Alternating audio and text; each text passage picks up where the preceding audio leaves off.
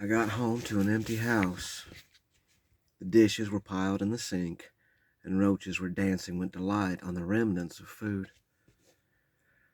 I let out a sigh and turned on the radio. Styx was singing about somebody named Kilroy.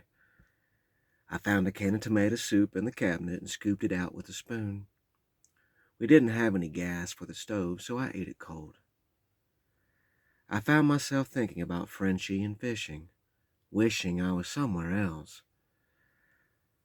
I couldn't wait to go to sleep just so the morning would arrive quicker. That night, Mom came stumbling in the door, laughing hysterically. I heard a man's voice join in with her laughter. I let out a sigh and pulled the blanket over my head.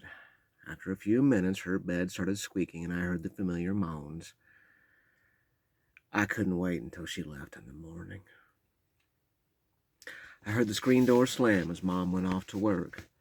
I crawled out of bed, threw on the same pair of jeans I was wearing the day before, and the day before, and walked into the kitchen. The dollar was on the table. I stuffed it into my pocket. There was a little bit of coffee left in the coffee maker. I shoveled some sugar into a cup and poured the last drop. I sat on the porch and watched the morning sun peek over the trees. There was something about drinking coffee and sitting on the porch.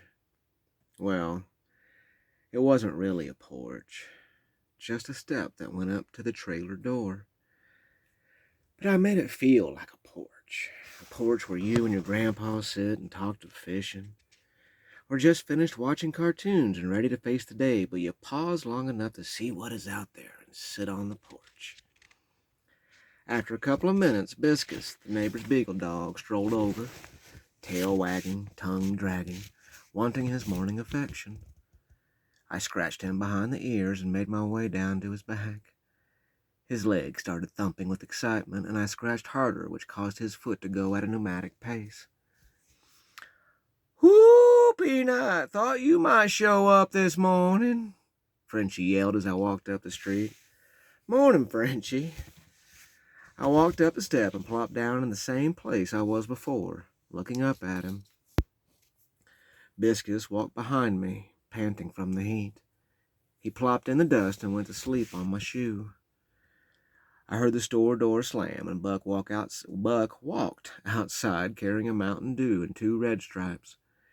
He handed me the dew and gave one of the stripes to Frenchie. "You're kinda early," Buck said, squatting down beside me. "Well, it was a pretty morning. I just couldn't sleep, so I thought I would come in early." "Yeah, I have mornings like that, too," Buck said. "Buck, you got any work for Peanut to do this morning?" Frenchie said behind us. "Nah, nothing I can't handle." "Good. Me and Peanut gonna shoot the shit this morning," Frenchie said, slamming the red stripe. Frenchie and I just sat and watched the morning go by.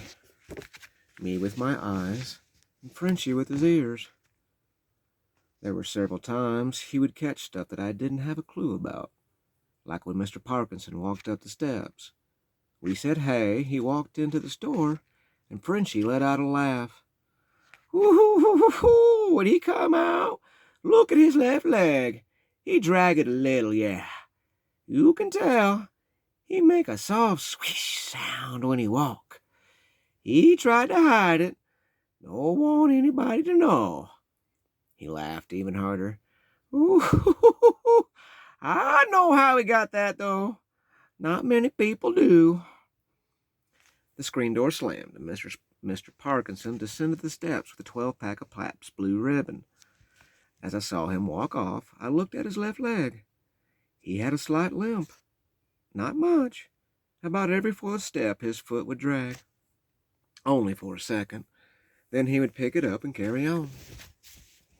"Drinking ribbon, ain't he?" Frenchie asked. "Yeah, he tangled with the wrong shirt tail over in Pearland. Husband put a bullet in his knee.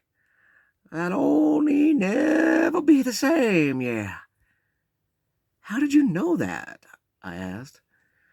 "Oh, Peanut, I have ears," he said, tapping the side of his head. I never got bored with Frenchie, his little spouts of poetry, his small talk about the people of the town. They made me feel like I was part of something, sort of a peeping Tom through a blind man's eyes. This went on for several weeks. I'd spend a majority of the morning sitting with Frenchie and talking about everything under the sun.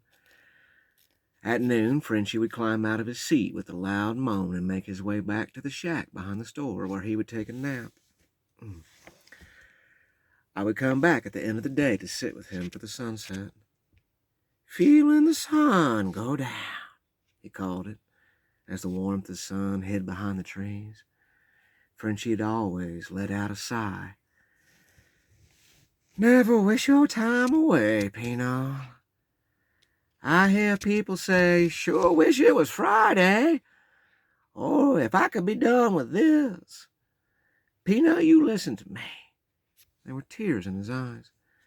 "Never wish your time away, no matter how bad it is. You keep that time. Time is all we have, yeah." That summer I felt myself growing, not in the body, but in the mind.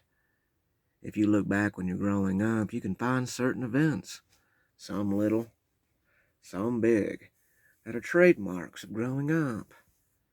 I remember seeing my surroundings, remembering what Frenchie was telling me, and telling myself, "You have got to get out of this life. You are going nowhere if you stay here."